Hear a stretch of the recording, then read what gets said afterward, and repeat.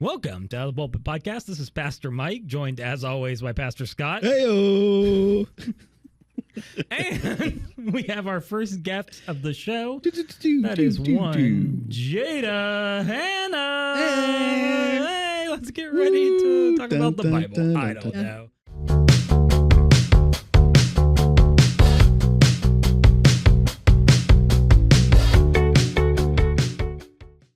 You're the first of hopefully many guests. Yeah. And we're talking about a topic that you really wanted to jump in on today, which was strange stories in the Bible.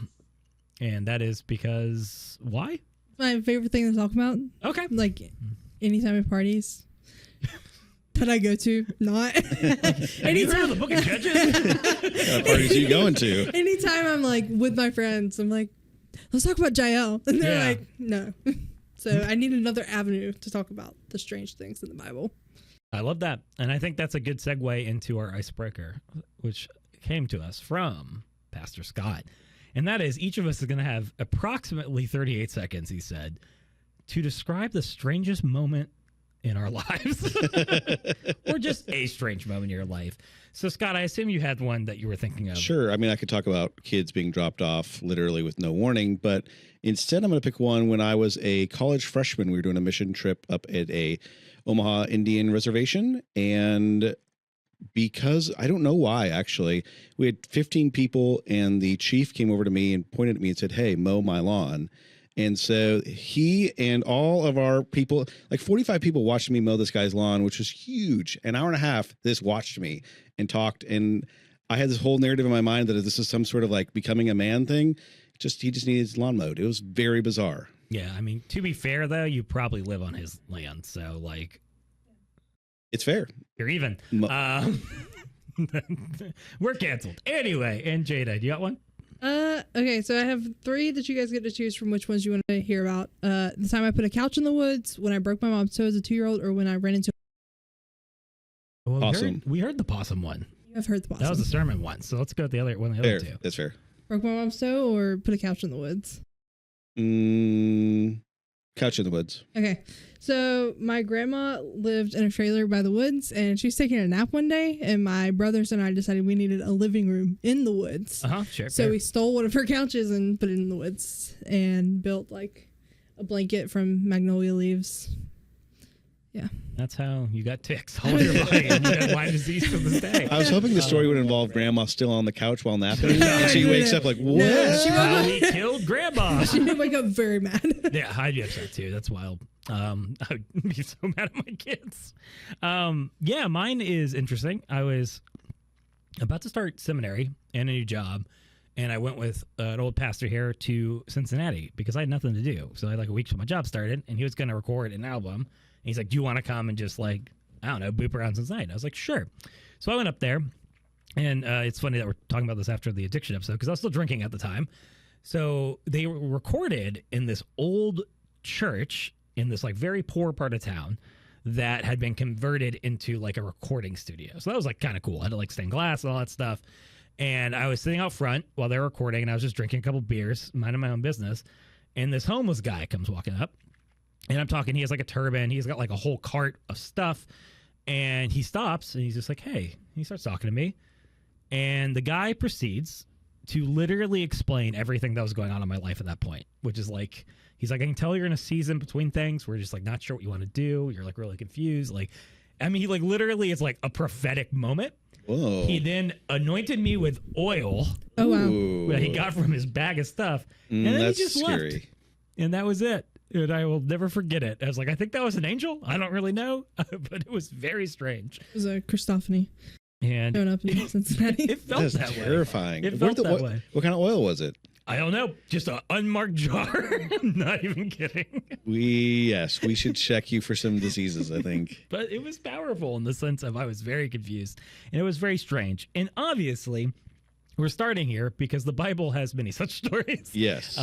Stories where weird things happen, where people say weird things, where God does weird things, where there are just these stories that when we come across them, they make us feel uncomfortable for all sorts of reasons I'm sure we'll get into.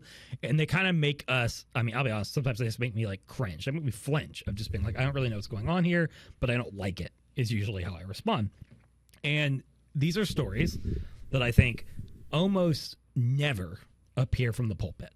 I think that's why this podcast is a good thing for it, is that these are just those texts that, like, as you're preparing for a sermon series, you're going to breeze right by them because for any number of reasons, you just don't want to gauge them in that kind of public way or in the sermon format. So we want to dive in some of those here. They're also funny sometimes. They're also scary sometimes.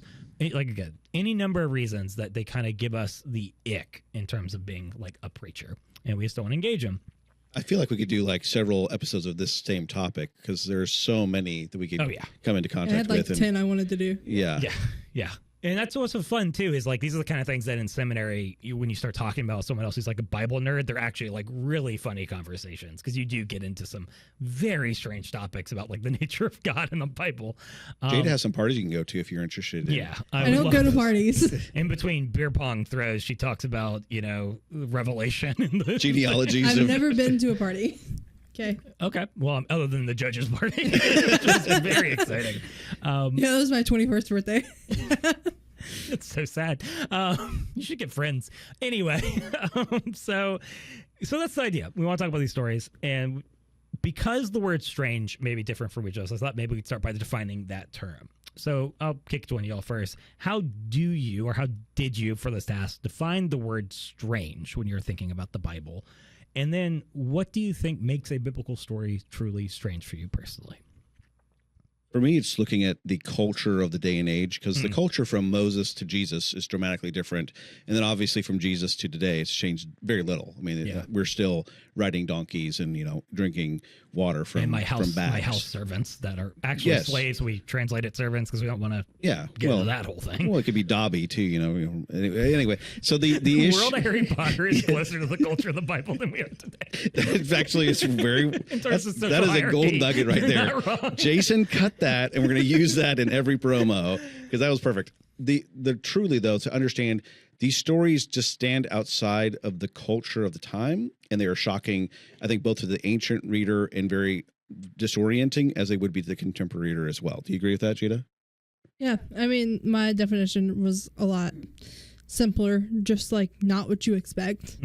You expect, like, you're reading the Bible and you think of it as often a rule book with some stories sprinkled in to hold our attention. Right. But truly, like, narrative portions of the Bible are large and they do get weird. And I think anything that's kind of funny or not as, like, quote unquote holy as we would think would be in the Bible is something that I'm like, oh yeah, that's strange that that's there. Yeah. In the Bible, I think too, to just add on to that, is people always think of it as rated G or rated PG. It is like RX at times. I mean, yeah. If you made a movie out of it, it would be not appropriate for kids.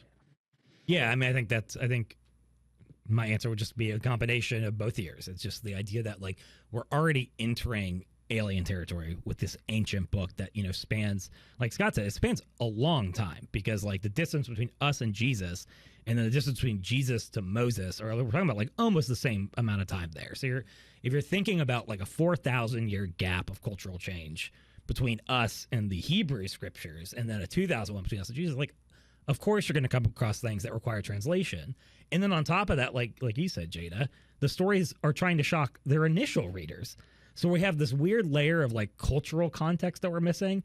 And then it was already shocking to the people who even were engaging it within its cultural context. So obviously there's going to be some things that are just going to like really jolt you awake. I also really like what you said about the humor of it, because I do think we're also taught as Western Christians in particular to think of the Bible as like very monotone, like God talking from clouds of like, and then there was this and that and thou shalt. And then you get across like a book like Jonah and you read in that voice and you're like, oh, this is very serious.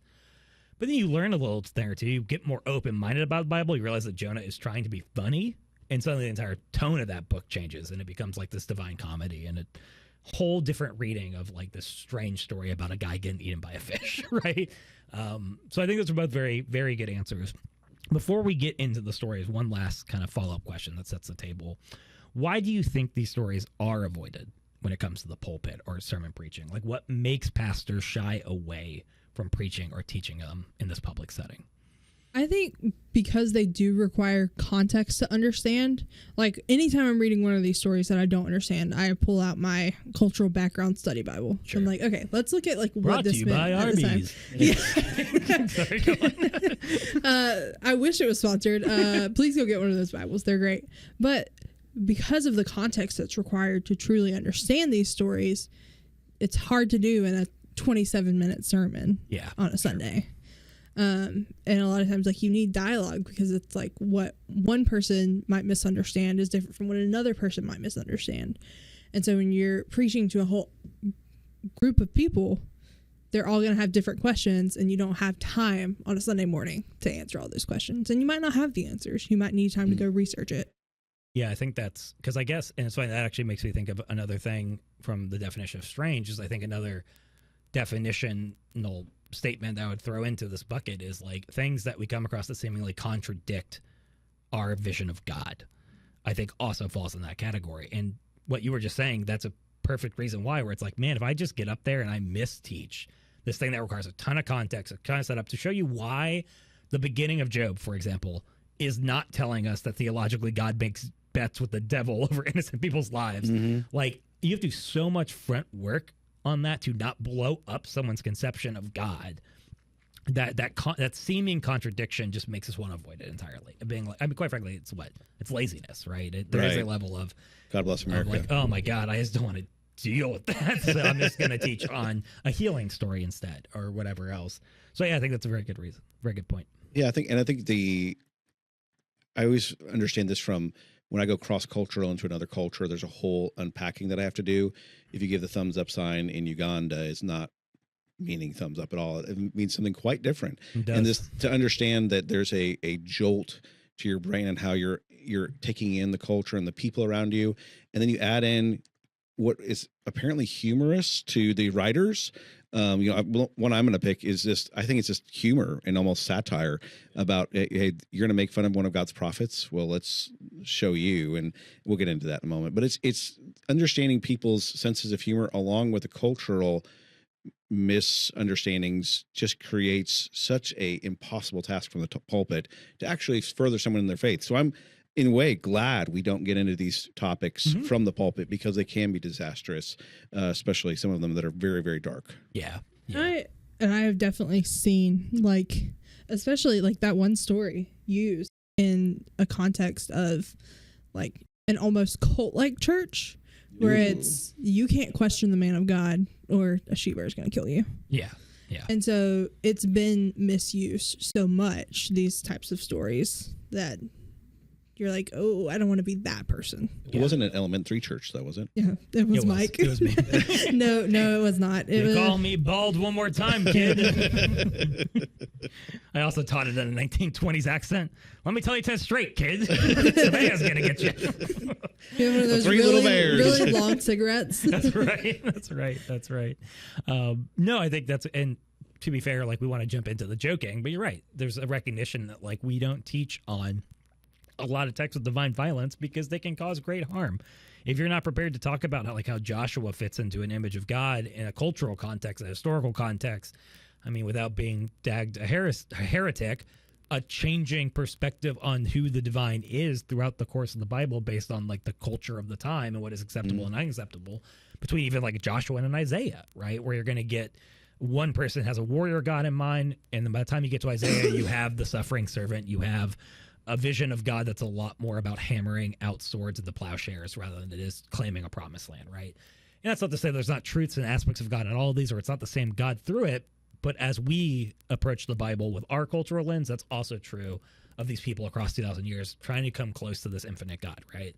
And if you're not prepared to engage with it, it is just going to be harmful to be like, yep, the Joshua vision of God from Joshua applies today. So let's go reclaim the promised land. That's how you get Christian soldiers. That's how you get this stuff. So I totally want to recognize that, like, one of the reasons we don't do this very often is it can be harmful if it's done sloppily, lazily, or wrong. So that's a great point. So I guess we should get into the stories. Are you all ready? Yep. Talking about Never some weird been ones more today. ready. Do we need to have like a warning sign on these, or do we need to?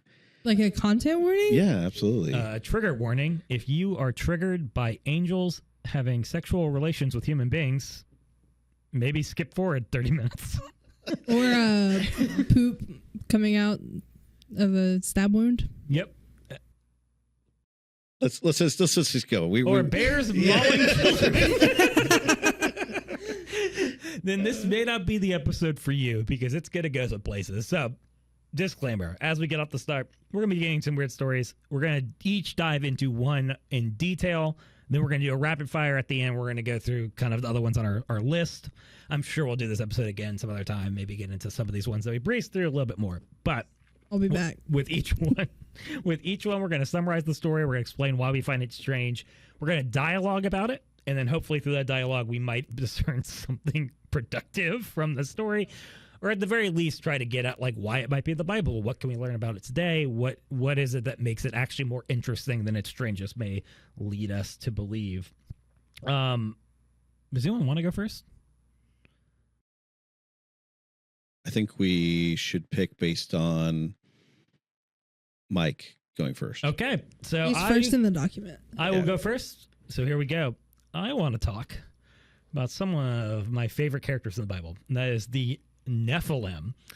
Now, let me be clear. Jason just wooed in the background. That was the loudest I've ever heard Jason in his life. He's never been this excited. I have never, as a pastor, been asked more about a one-verse piece of text in the Bible. Amen. I second that. Than this one. For whatever reason, people really care about the Nephilim. They want to ask about it. I'm always surprised when people have even heard of it, but a lot of people have. This is also a character sect from the Bible that has found its way into popular culture and conspiracy theories and other wacko kind of thoughts. And you'll understand why pretty quickly, because the Nephilim appear only in Genesis 6 and really only in 3 verses, I think it is, 2 or 3 verses in Genesis 6. And they appear in a little subtext in which, out of nowhere, in the middle of this larger narrative, there's like this little side thing. And it's like, oh, and by the way, during this time of wickedness, some angels had sex with humans, and they had these babies called Nephilim. And the Nephilim were giants, and they were powerful, and they ruled the land. And then the Bible just moves on, and it never with no other comes mention. back to them It's amazing. ever again. It's amazing. And it is really strange. It is one of the strangest texts in the Bible. Again, it captures people's imagination because of that. It is super out of nowhere. And I want to emphasize, it does not appear again in the canon. Now, we do get references to these kind of figures in some of the extra canonical works and some of the apocryphal works. I don't recall if they're even called Nephilim in Enoch, but there is reference to like angelic beings, at the very least, these kind of like spiritual beings that come physically into our realm and exist in our world. However, in the biblical canon, this is the only time they're mentioned, which makes it interesting. Now, strange story, right? However, I think when you dive into what these are doing, it actually becomes like a really interesting lens for the exact things that we kind of started out to introduce this podcast episode. And that is becomes they become very important lesson on the power of context when we're reading our Bible. And I'm going to explain why, because I actually think these are really cool within the nature of the story. So first, there's the biblical context. Get nerdy on, get my glasses on, boop, boop, boop. We get Genesis, right? Genesis 1 and 2. Starts with the waters among creation, the Tehom. This is like the chaotic nothingness. It's decided as like this deep abyss or sea. And what happens? Well, God hovers over it. He speaks, brings creation, order, goodness, Eden, ideal, all this stuff out of it, right? He forms life from the chaotic waters, the chaotic nothingness. Obviously, he forms Eden. Humanity's planted in it. We are good. We have the image of God, yada, yada, yada. That lasts about 2 seconds. We get to Genesis 3 with the fall, right? So humanity reaches for, if you know the story, if not, you should go read Genesis 1 through 3 because the whole Bible repeats it over and over again. But humanity reaches for the fruit of the tree of knowledge, good and evil. This is a symbolic kind of act that shows humanity trying to replace God, trying to ultimately determine how they live in God's good world, right? To wrestle from him the right to organize creation. What happens after this is then 7 chapters, Genesis 4 through 11, that you can only really describe as a spiral downward, right, guys? It is just like the most depressing stories of the Bible.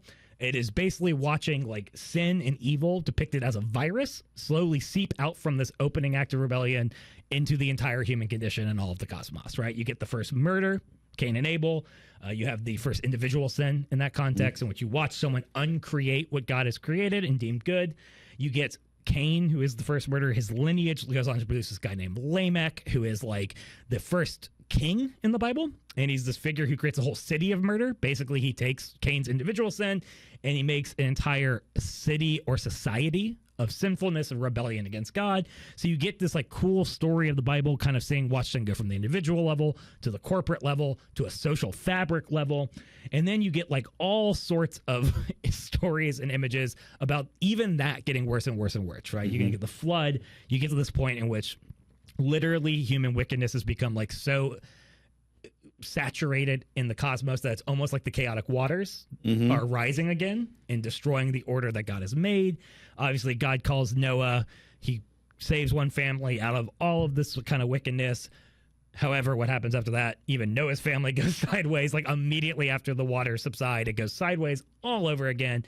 And it kind of all builds to the forming of the nations, which we see, I think, in Genesis 10, and then ultimately the Tower of Babel story, or the Tower of Babylon, which is, again, the peak of this kind of chaotic spiral downward. You have the humanity not just like reaching for the fruit, but now they're building an entire society that is trying to replace God and get to the heavens. And ultimately, like, it's this, I don't know, for me, it's the story that is meant to make you feel frustrated, right? It is literally meant to make you question, by the time you get to the end of Genesis 11, like, what the heck is God going to do with this mess? Why can't humanity get it right? How is God going to fix it? Like, what is the point of, like, this entire project? And obviously, I think the author of Genesis wants you to be asking that, because what happens in Genesis 12, we get the story of Abram, right? And you get ultimately God's answer to those questions. What is God going to do about this? Well, he's going to cause one family out of all the human tragedy, and he's going to work through that family to restore humanity back to Eden, ultimately to restore the world, to bless the nations through this one people, right? And I say all of that. I set up this whole tragedy, this spiral, this rescue mission that comes out of this, basically to highlight that we have to understand that context to understand this Nephilim story, because they are a part of that spiral downward. They are one of many episodes in the 8-chapter sequence depicting how humanity is just breaking the place by trying to determine for themselves how they are going to live in God's good world, right? They are going to go outside of the boundaries of life and living and, like, in this case, sexuality and power dynamics to create something that was not intended by God to be created. That's the biblical context. Ties very neatly into the historical context. Because if you look at the ancient Near East, and especially cultures of Mesopotamia, their myths, their political structures, all of them pointed to kings as being divine. And when we look at, in particular, Babylonian kingship, they're even called, who wants to guess? Nephilim. Or the sons of God. So, you look at books like Epic of Gilgamesh, which, by the way, this flood story pulls heavily from, or references heavily. And you're going to see like these stories about the gods. They get tired of working, so they create humanity as slaves. And then above those normal humans, they create this mixed breed of humans that are half God, half people, that are the kings of these societies. This is the myth that they tell in order to maintain power. And then they allow those kings to basically rule unfettered over the slave people that are working under them. Put the two together, and what do we get? Well, we get, I think, a much bigger idea that the Bible is wrestling with when it's describing how the world went wrong. And that is this idea that anytime that we as human beings see a person, an image bearer of God, start to claim divinity as a reason for absolute power over and against other image bearers of God, that we are running into something that is sinful, disastrous, and that is fundamentally breaking God. And I think this is like the first time basically we see Genesis engaging with that from its own context. Right. Again, these Babylonian kings that are claiming to be God, I think that's what the Nephilim are in the context Right. of Genesis story. It is wrestling with this pattern of humanity that we're going to see repeated in Pharaoh, the king of Babylon, the king of Assyria. Every time you get a human being who is claiming divinity and saying, this allows me to do whatever I want in God's world, we are fundamentally coming against something that is in direct opposition to what God intends for his world. Real quick. No, good. And ultimately, I think this obviously builds, again, to those same questions. Will humanity ever get it right? How is God going to fix this world? And the answer is going to be through Abraham's line. There will come a person who actually is the meshing of the divine and the human. A real king, a real son of God, Jesus the Messiah, son of God, right? And he becomes the answer to this problem that we see crop up in Genesis 6 that ultimately gets resolved by the end of the story. So that's it. I'm done. I'm going to drop the mic. But I think that's one of those things where it's like, when we read Genesis, and I want to hear your guys' thoughts, and you read this story, it's so strange. But then if you put in the context of that spiral and what it's trying to say about human beings trying to elevate themselves to that level of divinity, suddenly you're like, oh, not only do I get it, but I see that in my world all the time. Right. And I think that's the beauty of that passage is it's so short. It's 3 verses. Is it 2 or 3 verses? It's like 2 or 3, yeah. Yeah. I think that's the challenge for us today is that we want this whole explanation of how these other religions, how these other kingdoms, how these other ideas of a theocracy or theophany is occurring. Really, it just takes it down to the Bible that says, oh, yeah, there's this happened, and then the flood's going to cover it up, and you'll never hear about it again. Yeah. It's bizarre, though, for us because we want to understand the why so much. We want to understand how this all happened. And Genesis doesn't give us that answer, but it does just briefly address it. And I just love the quick hit. And I just love how you explain that, Mike, that these Nephilim are not meant to be investigated. It is just saying very clearly they were there and now they're not. Yeah. Yeah. Or even it's like in my mind, it's like, think of it like a quilt and each of these things is a thread. And it's painting this image of human rebellion, which is like, we take the right to kill into our own hands. We take the right to form societies of oppression into our own hands. Inevitably, we take the right to, Moses, drink, sleep with our children, like all this crazy stuff. And on top of this, there's like this impulse in us to, again, claim some sort of divine right that I can then use to abuse other people and make them less than myself. And if you think of it not as like an individual event that like you're saying, I need to prove and parse out, but rather like an image of what's gone wrong here, like it's not trying to say why. It's trying to paint a picture of like what has broken God's world. Again, I get it. I'm like, I can look out into the world and I see people doing that all the time. They're not angel men, but there are people who want to tell us that they're angels or that they have God, they're speaking on behalf of God, and that gives them the right to do whatever they want. I don't know. If you have any thoughts on that, Jadah? Yeah, I think when you look at what's even more strange than just the few verses in Genesis is how we've interacted with that for so long. The conspiracy theories about the Nephilim and like, is Bigfoot a Nephilim? Where'd they go? Like all of those things is us once again like reaching for the knowledge that we weren't meant to have rather than taking God at his word. Hey, this happened.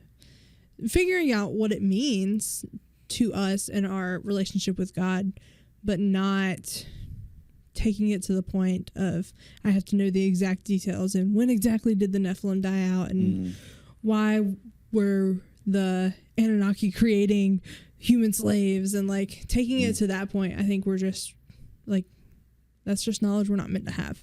Like even if it were like a physical race of angel man hybrids, like if God wanted us to know, he would have told us. Yeah. Well, I think that's the interesting.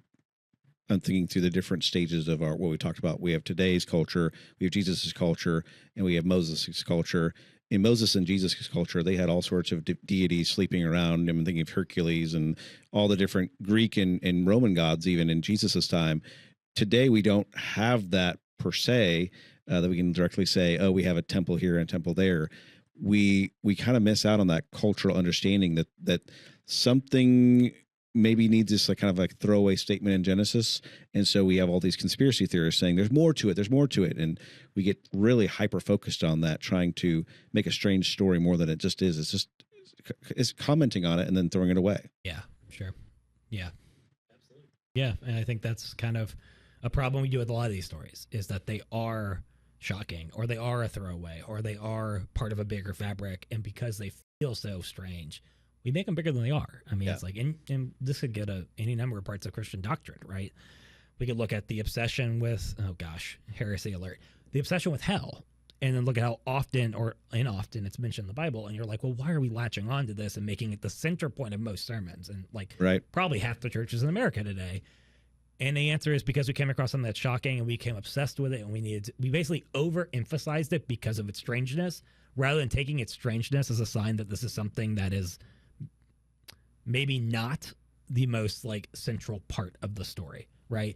It's not like a heresy alert, by the way. That's just good biblical truth. Or it's like reading the book of Jonah and being like the big fish is the weirdest part, so let's focus on that rather than the 4 chapters about the rebellious prophet. Right. So I get it. I do get that impulse, but I think this is a classic example of that.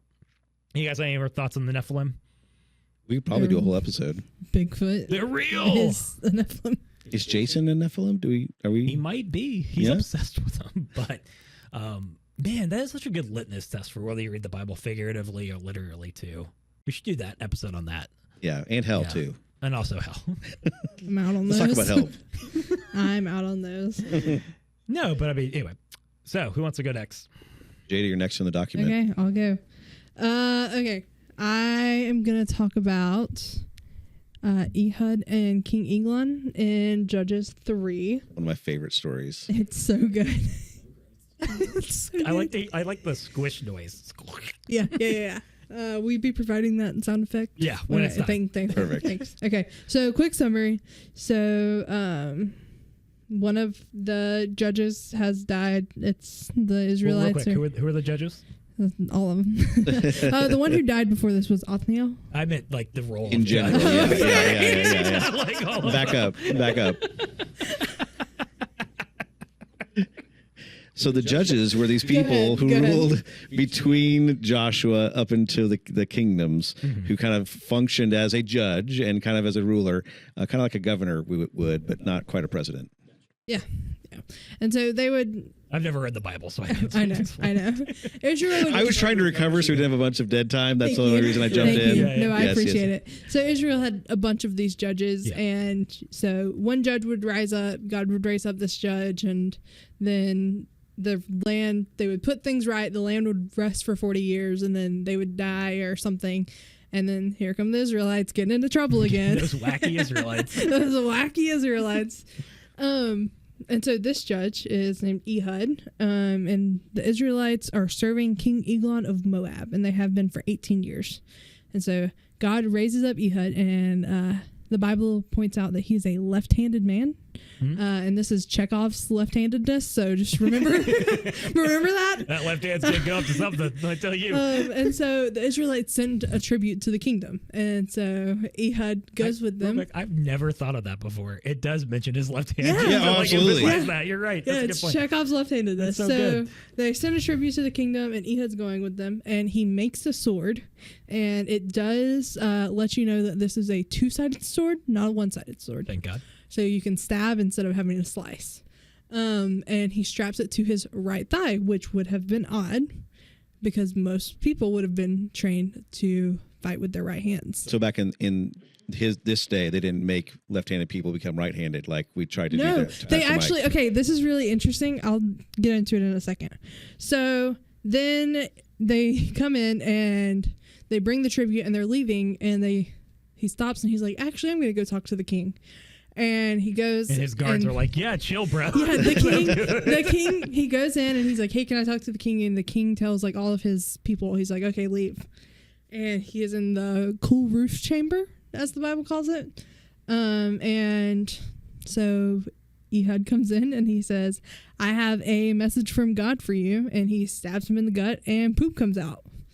Thank you.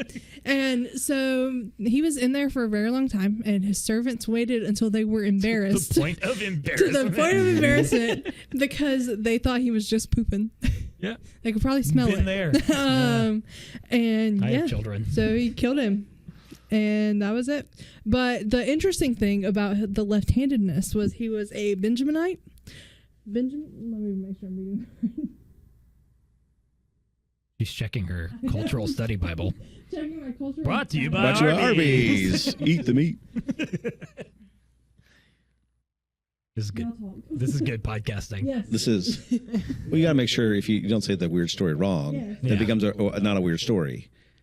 Okay, he was a Benjamite, Okay. and this was a group of soldiers who were possibly trained to be ambidextrous because it gave them an upper hand in battle. Because Literally an upper hand. most But people it's- were only trained to fight with their right hand, and this also allowed Ehud to escape detection because he had it strapped to his right thigh, and they probably would have checked his left side, but not his right side. Check both Strange sides. story Yeah. of the Bible. Thoughts? That is a strange story. I think it's in Judges, which is just a book of fanciful, almost fiction, almost stories of, I mean, not fiction to be, but they sound out of control at times. You look through these stories. What I find about this story is they give so much detail. Yeah. And so when it talks about the sword going in and getting like sucked into his fat, it's so gross. I'm like, okay, this is so much detail. Yeah. A story that is made up would have just kind of like, and he died. Yeah. And not with this amount of detail. That a lot of the time. Right. He fell over and died. Like that's and that was it. Yeah. I mean, the amount of detail really proves that I think it's not only trustworthy, but it has just almost lures you in with that amount of detail that I love. And it's just fantastic. If you're listening, you got to read this story just as a side. Judges 3. Your telling was amazing, Jadah. Yeah. So it says, then Ehud reached with his left hand, took the sword from his right thigh, and thrust it into Eglon's belly. Thank you. The hilt also went in after the blade, and the fat closed over the blade, for he did not draw the sword out of his belly, and the dirt came out. And what's crazy is then the guy goes to the bathroom and he walks off with like a sword apparently like in his enclosed in his. It's crazy. Yep. And it is like so profoundly what Judges is about, because like Judges, you want to talk about spiral downward. I mean, like literally, if you think of the symmetry of the Old Testament, the Hebrew scriptures, you have this 1-3 thing happen, right? Genesis 1-3, creation, fall, spiral. And then Israel gets redeemed out of, Egypt, and they go to the promised land. And then Judges is literally Genesis 3 playing out on like a cultural level. It is like the entire hope of God's rescue plan going through the fall all over again. Because it's like Jadah said, it's over and over again. And then they get back on track, and then they immediately mess it up again. And what's cool about it is like it does have this almost like Odyssey-esque feel to it, kind of like you're hinting at, Scott, where it's so exaggerated. It's so over the top. And every villain is kind of like this, where they're not just a villain. They are like a seductress who is going to lead, the judge away from God's faithfulness. Or in this case, like the epitome of greed and like and consumption and all the things that like God's people are called not to be. And he's going to meet this like strange violent end where his body consumes the sword. Like it's like very poetic and also absurd and crazy. And I think it's what makes Judges so uncomfortable to us, is that there are these like just images of grotesque violence in it. But it's also, I think, what makes it so compelling in the biblical narrative of like, if you want an image, again, get past whether it happened or didn't happen and get to being like, the Bible is trying to describe to us what's gone wrong in the world, with us hopefully then looking past it to what God intends to do about it. Right. And if you want to find an image of like what's gone wrong in the world, and specifically within God's people in the world, like Judges looked over there. It is like one of those books that over and over again, you're just like the temptation of sex, the temptation of violence, the temptation of power, the temptation of idolatry. Over and over again, Judges is inviting us through this over-the-top, hyperbolic spiral and descent into hell to like consider where we find ourselves in the story as the people of God, right? Or where we, again, what's the line? You say it all the time. He did evil in the sight of the Lord? Exactly. Yep. You want to talk about a line that like summarizes the reaching for that tree over and over again, like that's it. As like we went our own way, we decided that we got to decide what's right or wrong, and we did evil on the side of the word. Like it really shows that whole concept at a level 10, but then you just see echoes of it throughout the rest of Scripture, which is really sad. I mean, even up into the New Testament in Acts, where you just see this kind of almost fanciful Odysseus kind of like play out. It's just really sad, but also kind of cool. And it's like thinking about this at first, even I was like, okay, what, like, why does this matter? Like, so what? Who cares? But then like thinking about it more, I'm like, oh, like it's just another example of God redeeming his people. And like Judges over and over, it's like, okay, these people are oppressing God's people and God's going to raise somebody up. Okay, it's your turn. Go ahead, Ehud. And then also my favorite thing is just Ehud, like the rawest line ever of just like, I have a message from God for you, and then like stabs him. Like, it's just great. I say to Scott every time I walk in the office. Yeah, that's just God for you. You are the man. Just kick him in the shin. But I know you're left-handed, so I'm aware of it. No, you're right. And I think, it's weird because, again, we don't really think of the world in this tribal war conflict orientation that the authors of Judges and Joshua do. But when you get to a story like understanding the roots of like the prodigal son, you get to like these different things. What is it about? It's about a God who consistently and persistently pursues his rebellious people, and the grace of God to keep pulling his people out of the pits that they find themselves in over and over and over again. And then obviously you have the deliverer trope. How's he going to do that? Well, it's the same way he got him out of Egypt. It's the same way in Judges. He got him back on track. It's the same way after Saul, we get King David. Over and over again, he's going to raise up a deliverer who's going to confront their evil. And ultimately, unlike our delightful sword-wielding left-handed friend, the ultimate version of this is going to do so not by wielding a sword, but by taking the sword. Like taking into himself our sin. Not an act of grotesque brutality, but an act of redemptive grace, right? So I do think it's like underneath these really quote-unquote barbaric, heavy italicized quote marks there, stories, we can find this repeated pattern of like how this God operates. Yeah, and I love that, and I think that's really beautifully said. You could make that into a sermon, but I do think also our culture. You're not going to catch me preaching on Judges. You can miss me with that.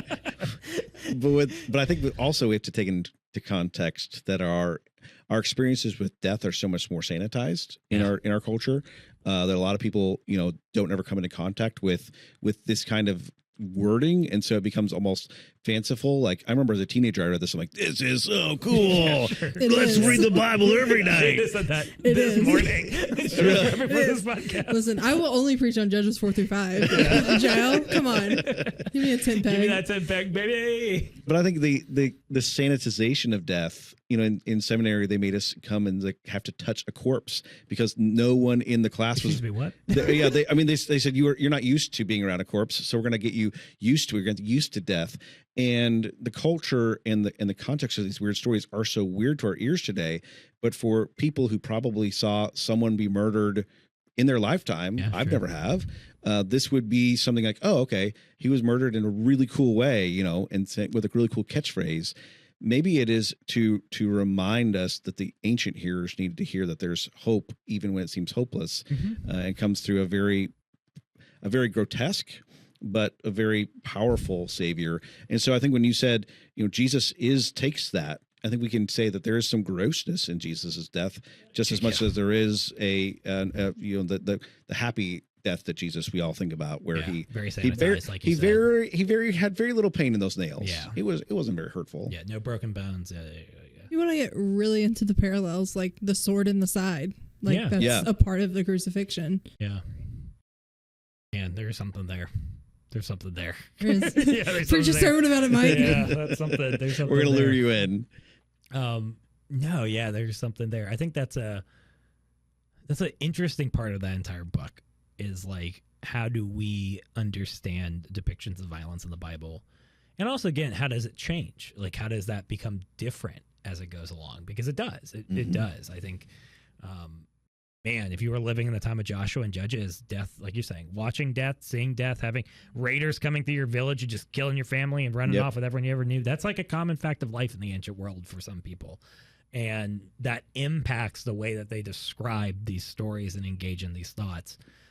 Compared to Paul, who did not see death every day. And like when you see the authors write about death in the New Testament, it's like an event. It is like a big deal. It is usually a lot more meaningful than just like these acts of sporadic violence. So I think there's something interesting there. And I do think that there is an interesting mirror to being like Jesus, the one who takes into himself our violence, versus the king whom we enact violence upon in our judgment. Like, I don't know, just something interesting there. But, Speaking of death, you want to talk about bears? Yeah, let's talk about the death of children. Well, they had it coming.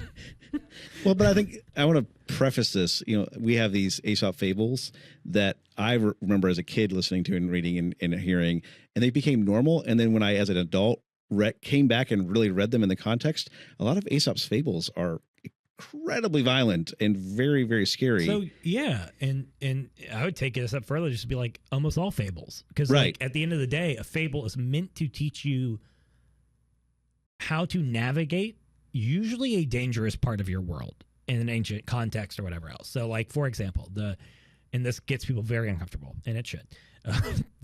The fable behind Sleeping Beauty is like a German fable about how if you are a young, let's say 15-year-old girl who has been put into an arranged marriage with a 60-year-old man, which is often common in the aristocracy in this time. Absolutely. How beneath the image of a beast, there may be a Prince Charming, right? And that story is like preparing, I mean, this is horrifying, but it was prepare young women to go into these like arranged marriages and like have, without killing themselves over like being like, been married off by my family to an old man, right? That's terrifying, but it gets at like what these stories that we have, again, sanitized are trying to do, which is like usually there's a threat of warning. This one, there's a threat of preparing someone for patriarchy, so that's a bad example. We don't want to teach people the story behind right. It falls apart, but yeah. Yes, you said I meant Beauty and the Beast, but we don't want that one. But it is, you see what I'm saying? Like embedded in it, there is a fact of life, and there's something that they're trying to educate.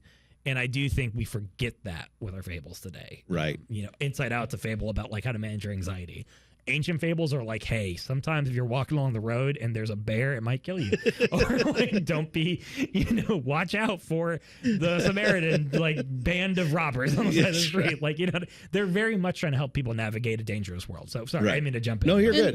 And I think it's a good understanding that these fables, and I don't think this is a fable. I think it is from Scripture, and so I don't want to put it in that same category, but it does help understand the context of what is being shared. In 2 Kings, there's this prophet named Elijah who does this amazing work. He restores God's kingdom. He really goes against two really evil king and really restores the kingdom of Israel. And it's tremendous.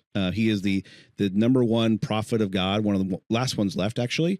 And he is about ready to go up into heaven in a chariot of fire. And so he chooses Elisha, and there's this huge transfer of power that occurs. And Elisha's walking away from this moment of seeing Elijah taken up into a chariot of fire, and he's gone. And all of Elijah's prophets come up and ask him, hey, where should we go look for him? He's probably just out there. He's probably just lost. And Elisha says, nope, he's gone. It's over. And we see in the prior just verses moments ago, he takes Elijah's coat and hits the water, and this land bridge appears, which is magical and fanciful and amazing. He walks across it. And that's where we come into this context of this next part, where Elisha, with the power and the backing of God's prophets, is walking to a new city. And as he's walking, he sees all these kids come up from the town, and they start making fun of him. And they say, go on up, Baldy, go on up, Baldy, go on up, Baldy. And in a moment, you're like, okay, how is he going to respond to this bullying? He's one of God's strongest prophets. He has the power of Elijah. And these children are just basically heckling him, calling him a bald guy. Yeah. It's also a word we don't get in context in the rest of Scripture. So there's, that chance we're just horribly translating it. But I do believe it is that idea of understanding that as a bald person, you got made fun of now and then. Yeah. And these kids are making fun of him, and they're also making fun of the prophet of God. Now, what's interesting is that word would not have spread like it does today through electronics, through video, but there's a sense that these kids should know better. They should not be making fun of this man, nor they may understand that he is the next prophet, because there would be a people following Elisha to see what he's going to do next. And out of nowhere, he calls, and these bears come and they maul 42 of the children. It's not like 4, it's 42 kids who are mauled by bears. It doesn't say if they die or not, but it is so weird because you understand this Old Testament God who tends to call upon wrath upon the Ammonites and the Amalekites and the Philistines, and is very much a warlike God, brings into the context children. And you ask yourselves, what is this story trying to convey? Well, it conveys two things. It tells kids to do the right thing. Don't be mean to the ball prophet. Don't be mean to the ball prophet. Don't be mean to anybody. Don't heckle Scott on Sundays. Please stop. Yes, and I'm predisposed to be bald by eventually in my lifetime. Secondly, though, it shows that this idea of being a prophet of God involves honor and respect. And what you have to understand is in the context of Elisha's day, they probably need to hear this story one level or another to tell their children, to understand, and to bring in some sort of holy fear in an understanding of a day and age where there's so many different changes of power. I mean, we just see that one lifetime ago, they're under control of an evil, awful king and Jezebel, who's a famous, awful queen. And the idea and understanding of Elisha's day is that we were trying to restore the people of God, that this story would be told to not only that town, but to be towns upon towns upon towns, and sets up a reputation that you have a respect, a holy respect in a society that doesn't have a lot of order and law and understanding of what those even mean, to bring forth some sort of peace and to bring some sort of justice that only Elisha, the prophet of God, can bring. That's my take on it. I want to hear yours, though.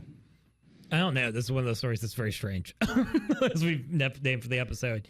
I also find it interesting, and I don't get me wrong, I think there is tacit approval, but it's interesting that God never affirms this thing he does.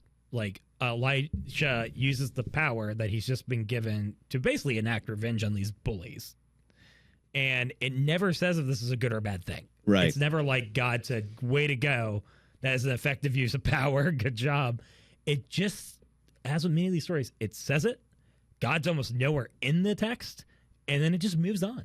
And I do think it probably is more of like one of those campfire fables where it is a warning. It is about like, be it elders or people of spiritual authority or whatever else, at a time of rebellion is like, do not be a part of these people that are rebelling against the word of God that's trying to redeem and renew Israel, right?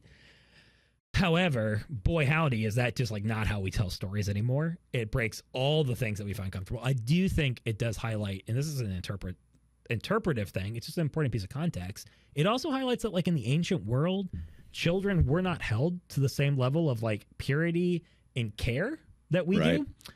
They were often considered the lowest members of society. They were often viewed as like, until you're old enough to work, you're just like kind of don't cause trouble, right. as these children are doing in this story. Which is not to say that people in the ancient world didn't love their children. They did, but there's just a harsher fact of life around children and the role that they played in the home in terms of like helping a family stay alive, where they just weren't the things that we like, swoon over and treat like a nice piece of glass that we like, oh baby, like don't become an adult until you're 25 or whatever. You know what I mean? Like very different. So I do think that's highlighted in the story of like average reader at the time isn't going to have that same like to children that we are, you know what I mean? And it's one of those things where it helps you understand what's even provocative about the story. Because I do think that's part of these stories too, is sometimes we'll misunderstand even what's provocative. The thing that we think is shocking was actually kind of like something you breeze past in the ancient world, but a part of it that maybe we would think is just strange is actually what's meant to be upsetting. So I don't know, Jadah, do you have any thoughts? I mean, just don't mess with she bears. Yeah, or Pastor respect the man of God. Seek them on you. Yeah. Yeah. Yeah, I mean, it's just one of those things where, I mean, I grew up in church and like reading the Bible, and so it's just kind of like, yeah, that happened. I mean, growing up in a very literalist church, it was just like, yes, this happened. Respect the man of God. Move on. Mm-hmm. But it is terrifying when you said earlier that this was used to kind of as a warning temporarily. That's troubling to me that anyone would think they could call out bears or any other animal. Well, there's I don't know if you guys have heard of the Independent Fundamental Baptist. Mm-hmm. I went to a very mild version of that church, but I've listened to podcasts from people who went to much more strict and stringent versions of those kind of churches. And this famous preacher, I think it was Jack Scott, he preached a sermon about this guy who was like railing against him for whatever reason, and he gets into a car crash leaving the church that night and dies. And like tells this story, says like, I have a piece of his brain in a jar that I scraped off the side of the road to show you guys that this is what happens when you disrespect the man of God. Which is a motivator. It is a motivator. It is very powerful. But it's so fundamentally wrong on how Jesus goes about his ministry and how the entirety canon of Scripture really tries to convey the message of how to get a relationship with God. It's not about fear. It's about love. And that's what's so hard, even contemporarily, that unites us between Jesus' day and Moses' day and all of humanity, is that we tend to try and, to go back to Mike's idea of the Genesis story, we tend to stay in the muck. We tend to stay in the, I'm not going to say the bad word because I don't think Jason can edit that out, can he? We tend to stay in the stuff that came out of Ehud. The dirt. Versus choosing to be motivated by things that are good. It's easier. It is, and yet it's so much harder too at the same time, because I can talk all these stories about my kids, they are motivated by things that are good and rewards to them a billion times more than being afraid of or saying something's bad. They'll even go try that because they're curious. But to say this is how you can have good in your life and find happiness and love and fulfillment, like that, those are the things that should motivate us, not jars of brains as an example in a sermon. Literally the most horrifying thing I've ever heard in my life. Good job, Jadah. Yeah, that's. And I mean, it is like, it would be like, obviously I don't have kids, but like working with the youth on Wednesdays, it would be so much easier to just be like, sit down, shut up. Yeah, or a bear will maul you. Yeah, like sit down, shut up, I'm in charge here. But it is so much more rewarding, and they're able to go deeper in their relationship with God and their relationship with the adults around them when we treat them like human beings. Yeah. We're like, hey, let's think about what would be a good choice in this situation. Yeah. And that is, I think, as often with these stories. And again, I mean, it's like I use the word fable. I love the words figurative, and it makes me feel uncomfortable, and I get it. But, like, I want to be clear. A story like this one is just as challenging if you read it literally or figuratively. Mm-hmm. Because no matter what, it is saying that God wants you to understand that sometimes, like, if you, mess around and find out. Like, we'll just say, like, there are moments in your life where, like, if you transgress, if you step over boundaries, like, eventually it comes back on your head. And it's not about whether God does it to you or not. There's just something very intuitive about what the Bible is often trying to teach in these stories, which is like, hey, if you keep playing with fire, eventually you get burned. Yep. And, like, there is something that you need to gain from that about what wisdom is and what right living is, and about, like, what you should not do. And yet we also believe in a story where, like, ultimately those falling downs are what bring us up to Christ, and that ultimately he can redeem those too, and yada yada yada. But I'll talk about stories like this, and I'll be like, I engage these far more figuratively because I just don't get a lot out of being like, this literally happened. I'm just gonna ask a lot of questions that don't have answers, are gonna make me really uncomfortable about how bears work or whatever else. But I get a lot out of a story like this about thinking about my own life and the own ways in which I have mocked God in my words and deeds to my own peril, quite frankly. Not because God smote me, but because my mocking of him was like, oh, hey, this is going to get me killed. I'm going to do it anyway. Kind of like Scott was saying. I have been told over and over again that the path of wisdom is not to do that.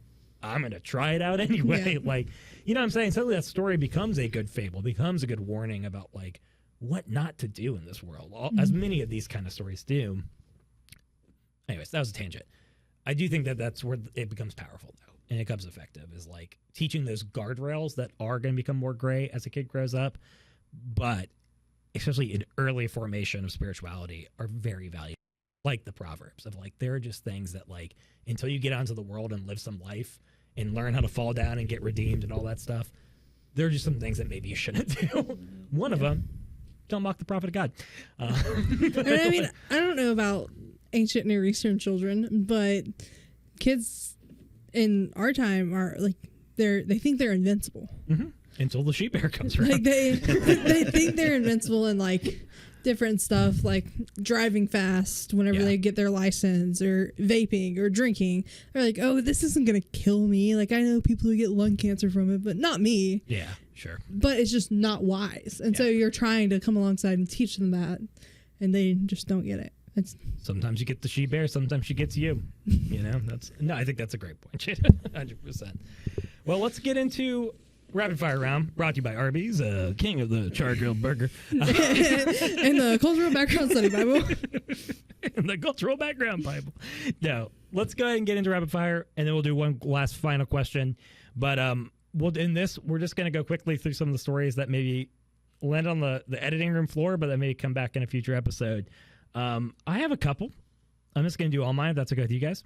Yeah, go ahead. And you're the host. You can do whatever you want. You just mute us. And Bridegroom of Blood. Yeah. A classic. For those who don't know, in the Exodus story, Moses is told to circumcise his children. Around. And he does not. And he starts heading back to Egypt to be God's prophet. And on the way back, an angel comes and tries to kill him, but his wife circumcises Moses, puts his foreskin on his head, and the angel relents. And that's it. It's an amazing story. And she says, bridegroom blood. You are a bridegroom of blood to me, Moses. And it's an interesting story. I think the ultimate point of it is that, like, Moses has just had this encounter with the living God who is sending him back to confront the idolatrous nations of Pharaoh. and he has failed to do the one thing that God told him to do, which is to set himself apart from the nations by undergoing the covenant of circumcision. Yep. So I do think it's like a really powerful story about like, hey, people of God, don't go try to confront the nations if you're not doing what you've been called to do. Mm-hmm. Like, don't get on this like prophetic high horse if you have not fulfilled your side of that bargain. However, it also just might be a story about the Hebrew scriptures, God being a crazy son of a gun sometimes, because it is wild. And again, it's something that never comes back up. Another one, foreskin related, David's Philistine dowry. I have nothing deep to say about this story other than Saul makes David go collect a whole bunch of Philistine foreskins so he can marry his daughter. And that's weird. In and the David world, says, he gets 10 times, I think, more than he was sold. Mm-hmm. And y'all, there's not much to say about that other than the ancient world was a weird place. Mm-hmm. We're going to do a whole episode on that. Speaking of private parts in the ancient world being a weird place, this is my favorite theme. I'm just doing all of mine. Song of Moses. Moses is about to die. He is singing one last song about basically what he wants Israel to remember in the Promised Land. And as they praise him at the end, they talk about his virility. And in the Hebrew, what that basically means is that he could still perform sexually and have children. And this is what a ancient Near East eulogy was like. And I just think that's funny. And it's mostly, so I think it's funny. But I also think it's important to remember, again, the ancient world was weird. And what they thought was important about remembering a person and their strength often revolved around this idea of like being able to father children and the virulence and all this stuff. And it makes us uncomfortable, but it's the kind of stuff that I do think we have to grapple with as we read the Hebrew scriptures, because their worldview is just way more obsessed with things like patriarchy and these things than we are today. What's up? It makes me wonder what was inside the manna. Who knows? I mean, did that affect the virility? Anyway, was it moving blue? on. My final one, I have to do at least one Jesus one. There aren't a ton of weird Jesus stories. He's pretty chill, as all things go. But my favorite one is in Luke, when they're at the end of the Last Supper, and he tells Peter to get a sword. And then Peter uses that sword literally like 10 verses later. Jesus is like, what are you doing, Peter? Put the sword down. Whoever lives by the sword dies by the sword. And it's really funny because he definitely just sets Peter up to like get rebuked. Mm-hmm. And I think that's great. That's all I got, guys. I love Peter. Any of those stories you want to comment on? Any of the foreskin stories? I think we're just in lightning round. I think we I don't want to talk about foreskins. I think we just got to skip all mics. Okay. Well, I thought it was, but I love Peter, and I probably would have cut that guy's ear off too. I know. I'm just saying, it's really funny that Jesus sets him up in Luke. Yeah. Luke is the only one who includes the, hey, go get a sword. Hey, go get a sword. Like, how dare you? I wanted you to use it for the bread. How dare you? Yeah. Those are good. My also rans are Balaam's donkey. Oh, we have to do a whole donkey episode. We do. Yeah. Anyway. Balaam is going back and forth. King Balak, spelled almost the same, wants him to curse the people of God. And he's like, God's like, you can't do that. And Balaam is like going back and forth, like, should I not? And he's riding his donkey, and the donkey like keeps running him into the wall, and he's like, "What are you doing?" And he keeps hitting him. Stupid donkey. He keeps hitting the donkey, and he does it like 3 times. And the donkey looks up, and the donkey's like, "Why have you hit me three times?" And when my dad preached this story one time, he's like, I just want you guys to know that whenever I read this story, I read the donkey in the voice of Eddie Murphy. Absolutely. From Shrek. I was literally going to say that. I was literally going to say that. 10, yes. And so that's always stuck with me about that story. Anyway, there's an angel in the way telling Balaam not to curse the people of God, and then he blessed the people of God. Yeah, the angel had a flaming sword. Yeah, donkey was like, I ain't messing with that. Angels are cool. Yeah. There's a whole side plot about animals listening to God better than we do that the Bible comes to over and over again, which we'll talk about another time. But donkey episode. Yeah, well, and like the birds and everything. Everything is more attentive to God's leading than we are. That's the point. Yeah, there's a quote somewhere that's like, think like if God's speaking through a donkey, when you hear God speaking through somebody you don't like, that he's already used a donkey. Yeah. They use a much less nice word for that one, but biblical. Jesus cursing the fig tree. Yep. The Bible's like notes that it's like not the season for figs. Like they're not supposed to be there, but Jesus like, I can't believe you don't have figs. I'm gonna curse you and you're gonna die. And it withers up. It's a weird one too, because the fig tree is notably in leaf. Yeah. So it looks like it should have fruit, but it doesn't. But it's also not the seed. It's a very strange story of like what's going on there. Yep. obviously the point of it is that he's about to go to the temple and it should have fruit and it doesn't have fruit. Yeah. Or it looks like it has fruit, but inside there is no fruit. There's a whole parable into his actions there. Yeah, that- but it is really weird that it goes out of its way to be like, and it was not the season for figs. You have to assume that like it's because ancient Israelites knew the season of figs and they knew when Passover was, and he's just like trying to get around that. I'd be like, guys, I get it. It wasn't fig season, okay? Yeah. And then he flips tables and stuff. My favorite thing. Braiding a whip. Braiding the whip. I heard some stand up once who was just like trying to just talk about the disciples as they watched him braid it, because that would take hours. Yeah. And they're just like, What you doing? What you doing, Jesus? Who's that for? He's just like, nothing. Don't worry about it. And then my last one is my favorite story in the whole Bible is Jacob wrestling with God. He's coming back. He doesn't know who he is. Yeah, well, let me tell you the story. Okay, fine, go ahead. Alert. Gosh. I just love it. It's a great story. So he's coming back from spending all these years with Laban, and he is like sending these gifts to Esau ahead of time, like, please don't kill me. And he gets to this creek and he sends his whole family across, and it's just him there. And this man comes up and starts wrestling with him, and they're wrestling all night. Oh yeah, all night. And then the man like strikes him and just Been like there. puts his hip out of socket. Scott and I were having a night long wrestling session. That's fun. My hip doesn't work quite right. That's super fun. Strikes his hip out of socket. The man says, "Let me go because it's morning." Jacob says, "Not unless you bless me." The man says, "What's your name?" I'm just imagining this exchange. And also, Jacob is 97 at this point. He's not a young man. And then who does the stranger turn out to be? Well, Jacob tells him his name. The man says, "Not anymore. Your name is Israel now." Happens to me every time I wrestle with someone all night Because long. you have wrestled with God and humans and prevailed. And Jacob's probably like, what the heck? And Jacob says, well, what's your name? The man says, why? And then he blesses Jacob, and Jacob called the place Peniel because he saw God and was allowed to live. And that's why Israelites don't eat the meat in the hip socket. Yep. And it's why their name is Israelites, yeah. Yep. Yeah, and it's just such a cool story, and I use it all the time in teaching teenagers, because the so what, who cares if that story is like wrestling with God, wrestling with your faith. Yeah. And also from that point on, Jacob has a limp. Yeah. So the places that we wrestle with God and the ways that we take that time to work out, like Philippians says, work out our salvation with fear and trembling, like it leaves us changed. We don't leave that place the same. He got a new name. He walks with a limp, and he saw God and was allowed to live. Yeah. And you assume that whole chapter that he's wrestling with Esau, which I just love. The first read, or the first time you're reading, you're like, oh my gosh, who's going to win, Esau or Jacob? And they wrestled in the womb, and they wrestled through their entire lives. And then he finds out that he's actually been wrestling with God the entire time. And it's just such a bigger story that has so many implications for the Israelite faith. And also the idea that some scholars think it's a Christophany. Yeah. Because absolutely. it's an incarnation of God, so it's Jesus. And so I love when Jesus shows up in the Old Testament. It's my favorite thing. Every once in a while. Not again. Got a few. Jephthah's daughter. It's such a weird story. So weird. It's so sad and tragic.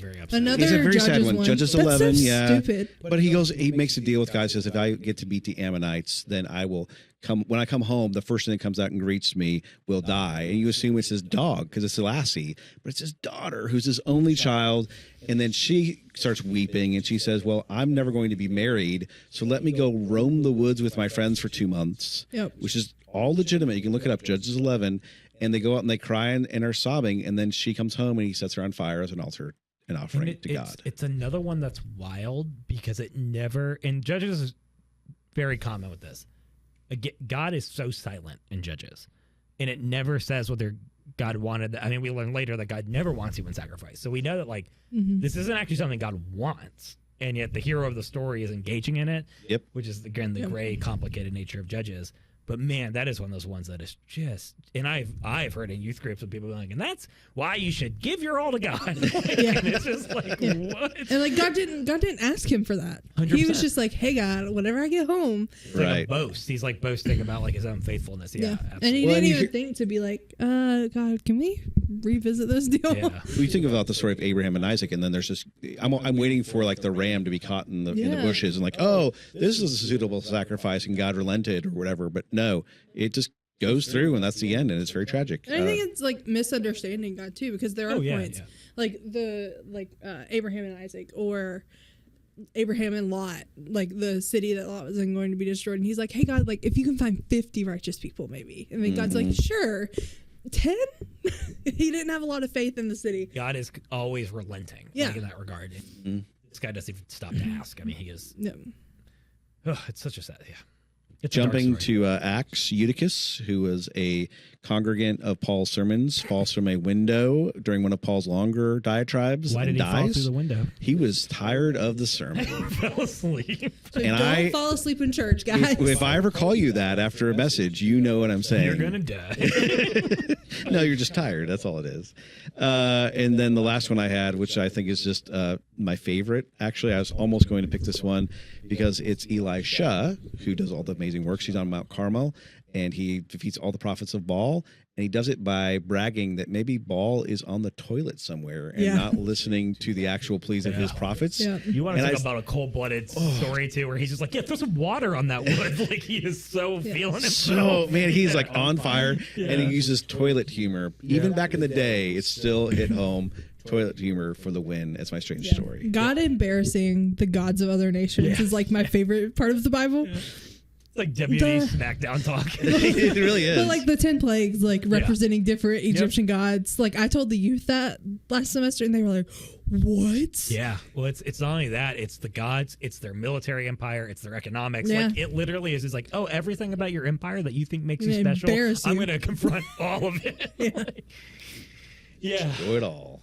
Well, thank y'all. That was good. I think let's close with just maybe giving some wisdom for what people can do when they come across these stories. So, because we do. If you're going to read your Bible, you're going to come across a story that you find strange in one of these ways. So what advice would you give to a listener about what they should do when maybe they come across these stories, or even like, you know, how they can prepare themselves so that when they do, they're better prepared to know how to respond to it, how to handle it? Do you guys have any wisdom? Jadah, you go first. Yeah, I mean, I think we can learn from the story of Jacob here. Don't just brush it off or just accept it at face value of like, oh, I can never say anything bad about Scott because then I'm going to get mauled by a she-bear. But you will. You might. True. But don't take it at face value, and don't just brush it off. Take time and wrestle with it and try to understand and ask questions and have conversations. And that's harder to do than just accepting it or brushing it off. But we were given this whole book of stories to help us learn about who God is and what he wants for us. And so that takes time to figure out. So just take time with them. Don't just like speed read through and be like, okay, I'm done with that. Yeah, I was going to say a similar thing to that, and to keep the main thing, that it's about Jesus, it's about salvation. It's not about all these weird stories. And I think that's when we get too focused on any book, whether it be Revelation or Genesis, you get your whole theology kind of perverted in a way. Sure. Secondly, I'll make fun of how old I am because I had a birthday a couple days ago.